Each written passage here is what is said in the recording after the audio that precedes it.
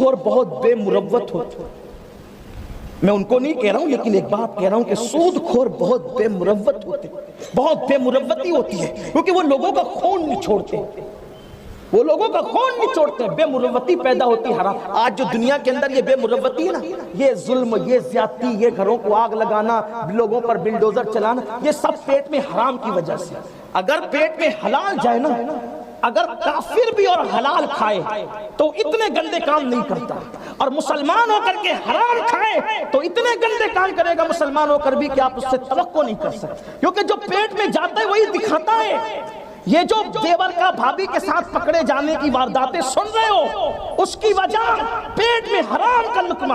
یہ جو سسر اور بہو کے درمیان کی جو اخبارات کے اندر تم سرخیاں پڑھ رہے ہو کہ سسر نے جو باپ کی طرح ہوتا ہے بہو پر پاپ کا ہاتھ ڈالا, پیٹ میں حرام جاتا ہے تو ہوتا ہے. یہ بغیر حرام جاوے نہیں ہوتا, جو پیٹ میں جائے گا وہی رنگ دکھائے گا. اور یہ پیٹ جو ہے, یہ پیٹ, اس میں آپ اتنا سمجھ لو میرے بھائی, سب بات چھوڑو, اگر آپ پیاز کھاتے ہو نا, پیاز, تو آپ کا پسینہ بدبودار نکلتا ہے, اور آپ اگر گلکن کھائیں, گلکن چند دن, آپ کے پسینے کی بدبو, منہ کی بدبو ختم ہو جائے. اب آپ مجھے بتائیں, پیاز بہرحال حلال ہے, جب ایک حلال غذا پیٹ میں جاتی ہے تو اس کا اثر جسم پہ ظاہر ہوتا ہے پسینے کی شکل میں, اور ایک خوشبودار چیز جاتی ہے تو بھی وہ اپنا اثر دکھاتی ہے. تو جب حلال غذائیں اپنا اثر دکھاتی ہے تو سود اندر جائے گا تو کیا دکھائے گا؟ آپ چند دن پیاز کھا کر دیکھیں مسلسل, آپ کے پسینے میں بدبو آئے گی, اور آپ گلکن کھا کر کے دیکھیں بس پسینے سے بدبو ختم ہوگی, میدے میں جو جائے گا وہ اثر دکھائے گا. اسی طریقے سے آپ دیکھیں, ٹھنڈی چیز کھاتے تو آپ کو زکام ہو جاتا ہے, ہوتا ہے کہ نہیں ہوتا؟ گرم چیز کھاتے ہیں تو اس کا کوئی اور اثر ہوتا ہے. گرمیوں میں گڑ کھائیں تو ناک سے خون نکلتا ہے, میدے میں جا رہا ہے تو اثر دکھا رہا ہے نا. تو جب غذائیں اثر دکھاتی ہے تو حلال و حرام کیوں اثر نہیں دکھائے گا؟ اس لیے لوگ حلال کی طرف توجہ کریں, کوئی دیکھے نہ دیکھے اللہ دیکھ رہا ہے. تو اس نے کہا کہ بھئی میرے شوہر انتظام کرنے گئے ہیں, ایک کام کرو یہاں سے ٹل جاؤ, میں رشوت کے طور پر تمہیں یہ دے دیتی ہوں, لے جاؤ, لیکن ٹلو یہاں سے, انتظام ہو جائے گا تو پہنچا دیں گے. اس نے کہا تیرے بچے بھوکے رہیں مرے, مجھے کیا فرق. وہ لے کر کے چلے.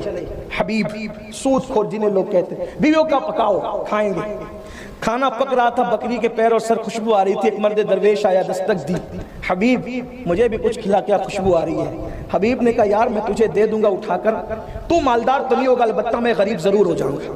صبح کو بچوں نے وہ کہا, دوپہر کو حادثہ وہ ہوا, اور اب ایک فقیر آ کر کہتا ہے حبیب وہ دن بہت جلدی آنے والا ہے جب تجھے اللہ کی عدالت میں کھڑے ہونا ہے.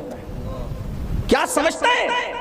وہ دن نہیں آئے گا کہ انسان اپنے اعمال کا حساب دے گا. اَيَحْسَبُ الْإِنسَانُ أَن يُتْرَكَ سُدًى, انسان یہ تصور کرتا ہے کہ اللہ اس سے حساب نہیں لے گا. اللہ کی عدالت میں بہت جلد کھڑے ہونا ہے. حبیب ظالموں کا انجام بدترین ہے. یہ کہہ کر کے وہ فقیر چلا گیا. کچھ فقیر لینے آتے, کچھ فقیر دینے آتے. وہ دینے والا فقیر تھا, دے کے چلا گیا. دسترخوان پر کھانا آیا تو پوری ہانڈی خون سے بھر گئی تھی.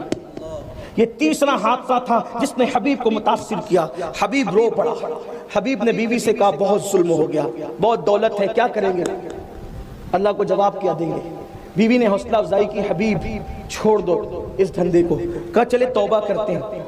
توبہ کرنے کے لیے کوئی اللہ والے کا در پکڑتے ہیں. سوچا جاؤں کہاں. وہ سوچا کہ کتنا خوش نصیب ہو کہ یہ دور امام حسن بصری کا دور ہے. چلو حسن بصری کی خانقاہ میں چلتے ہیں. جب خانقاہ حسن بصری کی طرف بڑھے تو وہاں واز کی محفل سجی تھی. امام حسن بصری کو کیا خبر کہ کون کہاں آ کے کھڑے, جیسے یہاں ہمیں کیا, ہم تو عام ہی لوگ ہیں. وہ اللہ والے تھے لیکن وہ تو مصروف تھے اللہ کی باتیں بتانے میں. ان کی زبان سے کہا نکلا, لوگوں آج اللہ نے زندگی دی, توبہ کر لو اللہ معاف کر دے گا. اللہ نے زندگی دی, توبہ کر لو اللہ معاف کر دے گا. یہ بات کہتے کہتے جذبات میں یہ کہہ اٹھے, لوگوں تم تو تم ہو, اگر آج حبیب سود خور بھی توبہ کر لے اللہ اس کو بھی معاف کر دے گا. اتنا سننا تھا. کھڑے تھے, آنکھ میں آنسو آ گئے. دل سے جو بات نکلتی اثر رکھتی ہے, پر نہیں طاقت پرواز مگر رکھتی. آگے آئے کا بزرگ جو جملہ کا ایک بار اور کہہ دیں, اللہ اکبر. وہ کیا لوگ تھے. دوسری بار پھر کہا, لوگوں تم تو تم ہو, توبہ کر لو اللہ معاف کر دے گا. اگر آج حبیب سود خور بھی توبہ کرے اللہ اس کو بھی معاف کر دے گا. پھر قریب آئے, کہا بزرگ ایک بار یہ جملہ اور کہہ دے. جیسے ہی کہا, لوگوں توبہ کرو اللہ معاف کر دے گا, تم تو تم ہو, اگر آج حبیب سود خور بھی توبہ کرے اللہ اس کو بھی معاف کر دے گا. پیر پکڑ لیے, گواہ رہنا حبیب نے توبہ کر لی. گواہ رہنا حبیب نے توبہ کہ کون ہو تم؟ میں ہی حبیب سود کروں، ہاتھ بڑھائیے توبہ کرتا ہوں۔ کہ بیٹے توبہ ایسے نہیں ہوتی، جن کا مال تم نے سود کے ذریعے حاصل کیا اگر وہ یاد ہے تو ان کو دے دو، اور اگر وہ یاد نہیں ہے تو ان کی طرف سے دے دو، یا ان کو دے دو اور یاد نہیں تو ان کی طرف سے دے دو۔ کہ حضور آپ گواہ رہے نا، میں نے پورا مال اللہ کے لیے وقف کر دیا ہے، جو یاد ہے اس کو دے دیا، جو یاد نہیں ہے سب اللہ کے لیے ہے۔ توبہ کی، مرید ہوئے، اب واپس گھر کی طرف چلے، اب بھی وہ بچے کھیل رہے تھے، وہ بچے اب بھی، یہ ساری داستان کے درمیان وہ بچے اب بھی کھیل رہے تھے۔ جیسے گھر کی طرف توبہ کر کے پلٹے ہیں تو بچوں نے کہا ہٹو ہٹو، حبیب اللہ کا حبیب بن کر کے آ رہا ہے۔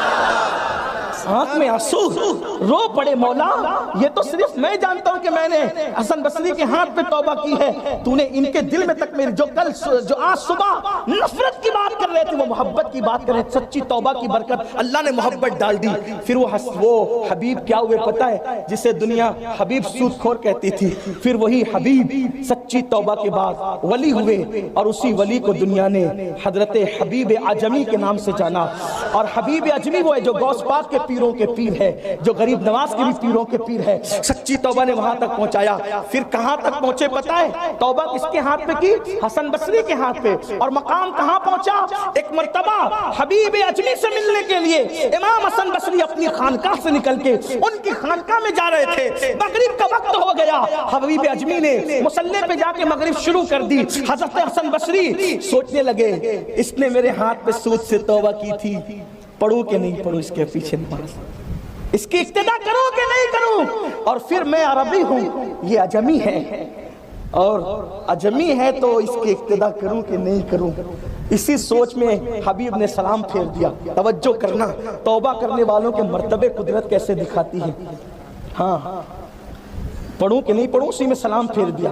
اب نماز پڑھی، خانقاہ میں گئے، رات کی آخری حصے میں آنکھ لگی، آنکھ لگنے کے بعد خواب میں اللہ کا جلوہ دیکھا۔ اہل سنت کے نزدیک اللہ کو خواب میں دیکھنا جائز ہے، دوسرے لوگ مذاق اڑاتے ہیں لیکن ہمارا مسلک یہی ہے کہ اللہ کو خواب میں اگر کوئی دیکھتا ہے تو یہ جائز ہے، لیکن جب ہر کوئی کو حضور نظر نہیں آتے خواب میں تو اللہ کیسے؟ تو بہرحال خواب میں اللہ کا جلوہ دیکھا جیسا کہ اس کی شان ہے، تو اللہ سے عرض کی مولا، اللہ نے فرمایا حسن مانگ کیا مانگتا ہے؟ کہ مولا بس اتنا چاہتا ہوں کہ اب تک جتنی عبادتیں کی قبول کر لے، اب تک جتنی عبادتیں کی قبول کر لے۔ اللہ نے فرمایا تجھے موقع تو دیا تھا، تو نے فائدہ نہیں اٹھایا۔ تو چاہتے ہیں نا تیری دعائیں قبول ہو جائے، تیری عبادتیں قبول ہو جائے، تیری عبادتیں قبول ہو جائے، چاہتا ہے نا؟ میں نے موقع دیا تھا، تو نے فائدہ نہیں اٹھایا۔ مولا کب؟ آج ہی موقع دیا تھا، مغرب میں اگر 3 رکعت حبیب اعجمی کے پیچھے پڑھ لیتا تو جو 4 آئے میں تیری مراد کو پورا کرا۔ ناظرین اکرام، اسی طرح کے اور واقعات اور بیانات سننے کے لیے چینل کو سبسکرائب کریں، بیل آئیکن کو دبائیں تاکہ اگلے آنے والے ویڈیو کا نوٹیفیکیشن ترنت آپ کے پاس پہنچ جائے۔